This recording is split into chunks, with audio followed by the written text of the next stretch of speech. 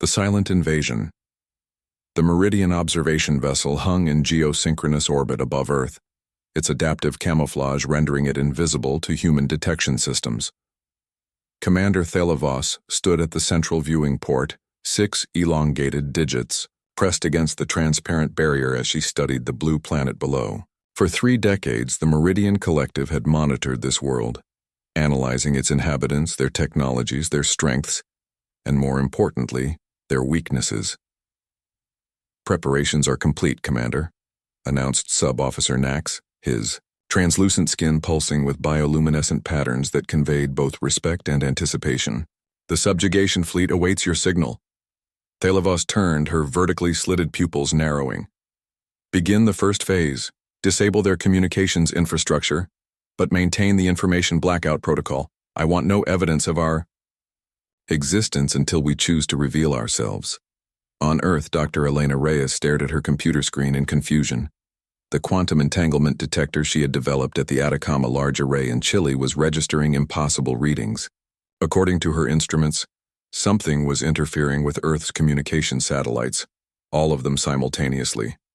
"Director Choi, you need to see this," Elena called out, her dark eyes never leaving the cascade of anomalous data. "There's a coordinated disruption pattern affecting every satellite in orbit. This isn't solar flare activity or random interference." The director, a stern woman with streaks of gray in her short black hair, leaned over Elena's shoulder. "Could it be some kind of cyber attack?" "No," Elena replied, her voice dropping to a whisper. "These disruptions are occurring at the quantum level. Whoever's doing this is using technology that shouldn't exist yet. Not on Earth, anyway." Within hours, communications worldwide began to fail.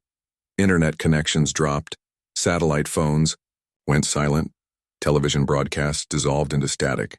Governments scrambled to understand what was happening, while social media, for the brief time it remained functional, exploded with theories ranging from solar storms to government conspiracies. Only Elena and her small team at the array understood the truth. Something was here. Something not from Earth. 3 days into the global communications blackout, the Meridians revealed themselves. Massive ships, each the size of a small city, descended through Earth's atmosphere to hover above major population centers. Their design defied human engineering principles, flowing organic shapes composed of a material that seemed to ripple and change under direct observation. In Washington, D.C., New York, Beijing, Moscow, London, Delhi, Tokyo, and 24 other cities worldwide, the alien vessels maintained identical positions exactly 1 kilometer above the ground. Then simultaneously they broadcast their message. Every screen on Earth, from smartphones to billboards, displayed the same image. A tall, humanoid figure with iridescent skin, elongated limbs, and eyes that seemed to contain swirling galaxies. "People of Earth," the alien spoke, its voice perfectly translated into every human language simultaneously. "I am Commander Thalavos of the Meridian Collective. Your planet now falls under our protection and guidance.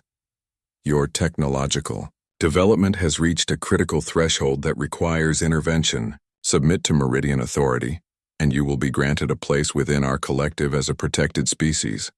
Resist, and we will be forced to implement containment protocols."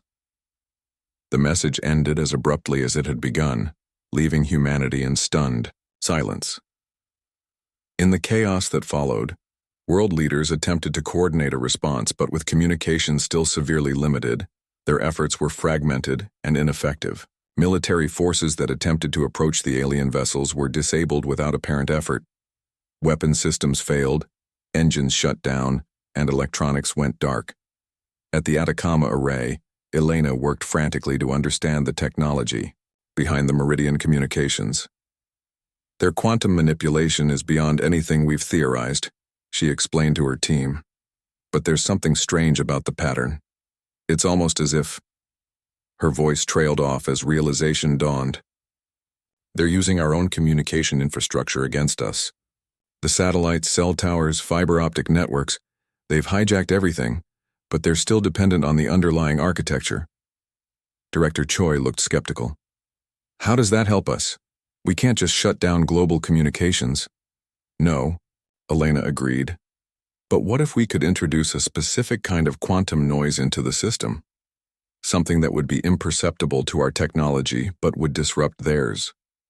Over the next week, as governments worldwide began reluctantly negotiating terms of surrender with the Meridians, Elena and a hastily assembled team of the world's leading quantum physicists developed what they called the resonance protocol, a method of introducing carefully calibrated quantum interference patterns into Earth's communication systems. The plan was dangerous. If it failed, the Meridians would undoubtedly detect the attempt and possibly accelerate their containment protocols, whatever those might be. If it succeeded, humanity might gain a temporary advantage, enough time to learn more about their adversaries and perhaps find a more permanent solution. As Elena prepared to activate the resonance protocol from the array's main control center, she received an encrypted message, one that somehow bypassed the Meridian blockade. It contained just 4 words: "You are not alone." Hours later, the first phase of the resonance protocol went live. Across the globe, certain communication networks began broadcasting a specifically modulated quantum signal. To human users, nothing changed. To Meridian systems, it was like suddenly being bombarded with deafening noise. Aboard the command vessel, Thelavos reeled as ship systems began failing. "What is happening?" she demanded, her skin flashing urgent patterns of alarm. "Unknown interference in the human communication systems," reported Nax, his digits moving frantically over control surfaces. "It's affecting our integration protocols. We're losing control of their network." "Impossible," Thelavos hissed. "Their technology is primitive. They cannot possibly understand quantum entanglement at this level." As the Meridian vessels struggled to maintain control, Elena received another encrypted message: "Phase 2 ready, awaiting your command." She took a deep breath and typed a single word in response: "Execute." Across the globe, in carefully concealed facilities, human scientists activated devices that had been secretly developed over decades, quantum amplifiers that now boosted the resonance protocol to levels that the Meridians could not possibly have anticipated. The effect was immediate and dramatic. Meridian vessels worldwide began to drift, their perfect positioning disrupted as their control systems failed. Some of their smaller scout ships actually fell from the sky, crashing into unpopulated areas. "They're vulnerable," Elena whispered, watching the data flood her screens. "They're not invincible after all." In the confusion that followed, something unprecedented occurred. Human military forces, coordinating through old-fashioned radio communications that had been hastily restored, launched a synchronized attack against the disabled Meridian vessels. Conventional weapons proved largely ineffective against the alien hulls, but they weren't trying to destroy the ships, only to board them. Special forces teams, equipped with hastily developed countermeasures based on Elena's research, infiltrated several Meridian vessels. What they found inside was both terrifying and fascinating. The ships were partially organic, a seamless blend of advanced technology and cultivated biological systems. More importantly, they discovered that the Meridians themselves were far fewer in number than expected. Each massive vessel contained only a handful of the alien beings, relying heavily on automated systems and technology to project their power. "They're not an empire," Elena realized as she reviewed the reconnaissance data. "They're more like shepherds or farmers. They find developing worlds, subjugate them, and harvest their resources and knowledge, but they're overextended. There aren't enough of them to maintain direct control."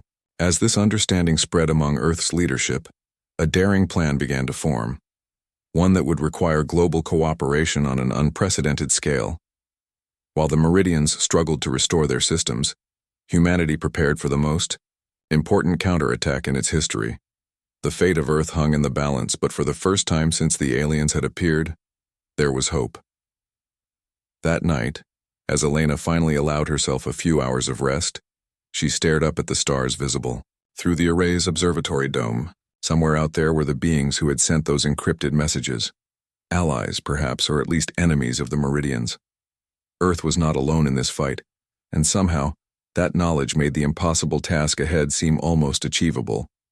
She closed her eyes, knowing that when she woke, the real battle would begin. Humanity Ascendant. The Meridian command vessel shuddered as another wave of quantum interference washed through its systems. Commander Thalavos steadied herself against a control console, her normally iridescent skin now pale and mottled with stress patterns. "How are these primitives doing this?" she demanded, lashing out at the nearest officer. They were supposed to be at least a century away from understanding quantum mechanics at this level. "Unknown, Commander," the officer replied, his own skin flickering with confusion patterns. "But we've detected coordinated resistance activities worldwide. They appear to be implementing some kind of pre-planned defense protocol." Thalavos's vertical pupils dilated with sudden comprehension. They knew we were coming. Somehow they knew. On Earth, Operation Prometheus was in full swing. The plan that Elena and an international coalition of scientists, military strategists, and government officials had developed was unfolding with remarkable precision. While the resonance protocol kept the Meridian vessels in disarray, ground forces worldwide had secured crash sites and captured critical alien technology. At the United Nations Emergency Command Center, established in the abandoned subway tunnels, beneath Geneva, Elena briefed the assembled leaders on their next move. "The Meridians rely on a hierarchical command structure," she explained, pointing to a holographic display of the alien fleet.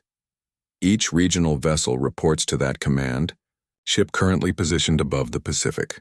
If we can capture it, we can potentially control their entire Earth-based operation." General Zhao of the Chinese military forces looked skeptical.